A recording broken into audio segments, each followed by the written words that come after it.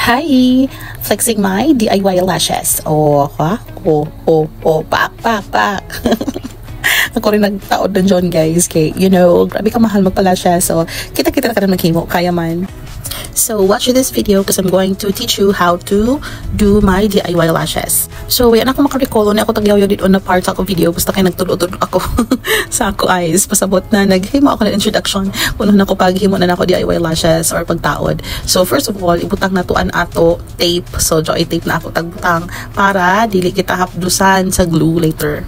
So make sure na sure ka mo maghimo or magtaot ni DIY lashes, dapat careful ka mo karadyaw kay magbutang ra bakit din glue grabe ra ba ini siya kahapdos gajud. So buta ka nato sa pang-stretch sa babaw para makita nato an ato lashes, and also sa other side po the same para din nga area makitan pa nimo ang imuhang lashes. So before kita magtaod na nato fake lashes, ato ana i-brush an ato original na lashes no para mo curl up na daan siya para dili kita maglisod pag pagbutang na nato lashes. So sa pagtaod nato na nato lashes siya ato ring na dito nato ibutangan ato glue, grabe ni siya kahapdo, so you should be careful. So grabe ka katawanan kay ba siguro din ako isa ka glue juga ni kay ako extra no. So waya pa ako nalabog dito empty, so amoy na ni jaon ni suyo dan isa. So ato na dyan tuslo dito an ato fake lashes, tapos ato na siya hinahinayan intawon pag pikit sa ato pilok. So pag pikit ng pilok ayaw ipikit siya sa imo panit gajud kay hapdos ini siya ho sa piluka ra gajud nan imo original na pilukan nimo siya ipilit no. Make sure na dili mo touch sa imo skin kay grabe ka hapdos. So amo ini kay di man kita maka-afford sa salon magpa-lashes, maglisod-lisod ra gajud kita.